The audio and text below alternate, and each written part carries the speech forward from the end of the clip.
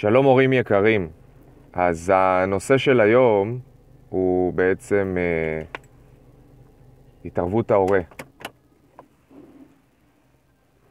אנחנו כבר יודעים כמה הורים יכולים להקפיץ את הילדים לקריירה מופלאה, ובאותה מידה יכולים לרסק להם את הסיכויים להצליח. זה לא חדש, זה לא מהיום.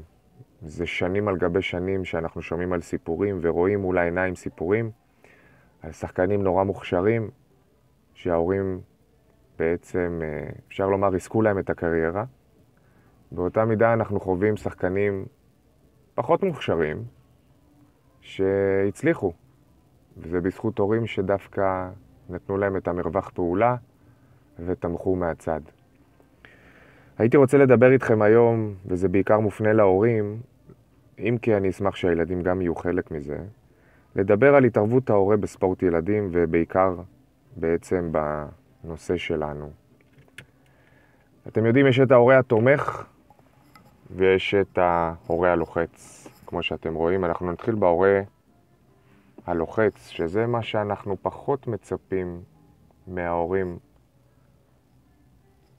ההורה הלוחץ רוצה לנצח יותר מאשר הילד עצמו.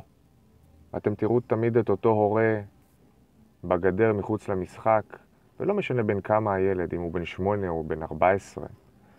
אותו הורה בעצם יהיה יותר נמרץ מהילד על המגרש. ההורה הלוחץ מתנהג בצורה בלתי הולמת לסביבתו במהלך המשחק. אי אפשר לפנות אליו, אי אפשר לדבר איתו, כי הוא דרוך על המשחק עצמו.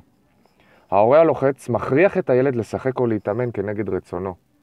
לפעמים הילדים לא רוצים. ההורה לא מספר למאמן את זה, אלא הוא לוחץ על הילד בבית והוא מאיים עליו. אם לא תשחק, אני לא אקנה לך. אם לא תתאמן, אני לא אביא לך. ההורה הלוחץ לא נותן לילד אפשרויות בבחירת ספורט. הילד רוצה בכלל לעשות ספורט אחר ולא כדורגל.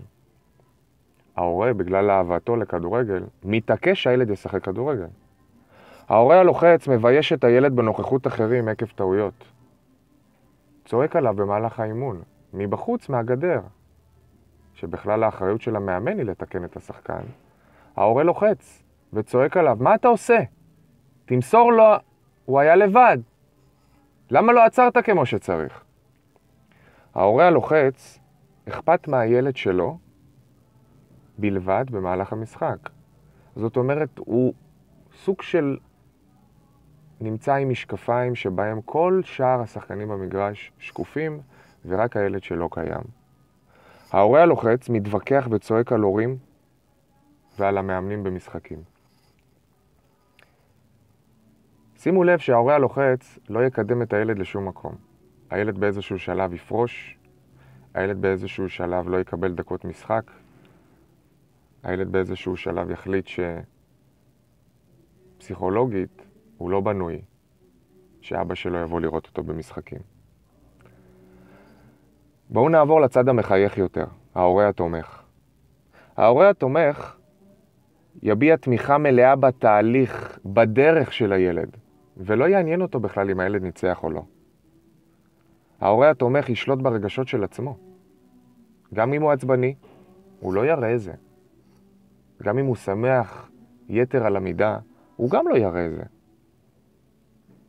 ההורה התומך יאפשר לילד לעסוק במספר ענפי ספורט. בגילאים צעירים הילדים אוהבים לעשות ספורט. הם אוהבים להיות בכמה חוגים במקביל, אין בעיה. תמיד יהיה את החוג העיקרי, את הספורט התחרותי שאותו לא מפסידים, ומהצד עוד חוג אחד או שתיים להשערה. ההורה התומך צריך לזכור שמדובר בתהליך של הילד בלבד. זאת אומרת, ההורה לא יתערב לו. הוא כן ישאל אותו, איך היה באימון? מה למדת היום? הוא יתמוך בתהליך של הילד. הוא יבין שהניסיון שלו לא אותו ניסיון של הילד. הילד חווה ניסיון חיים שונה לחלוטין, ולכן הוא לא יעביר לו את כל הניסיון שלו, אלא הוא ישמור אותו עם קלפים לרגעים נכונים. ההורה התומך יביע תמיכה בכל שחקני הקבוצה, בעיקר בפני הילד. אם הילד יבוא להורה ויסביר לו מה היה היום באימון, ההורה לא יהיה ב100% לטובת הבן שלו, אלא הוא יסביר לו איפה הוא טעה או איפה הוא צדק, ואיפה שחקנים אחרים בקבוצה שלו צדקו או טעו. ההורה התומך יתמוך ויעודד גם את המאמן וגם את ההורים האחרים במהלך אימון ומשחק. חברים, ילדים, הורים יקרים, בתהליכים כאלה, הילד עצמו, גם אם הוא לא הכישרון הכי גדול, יימצא עם סיכויי הצלחה נורא גבוהים. לאו דווקא בכדורגל, אלא בכלל להיות אדם טוב יותר. תודה לכולם, להתראות.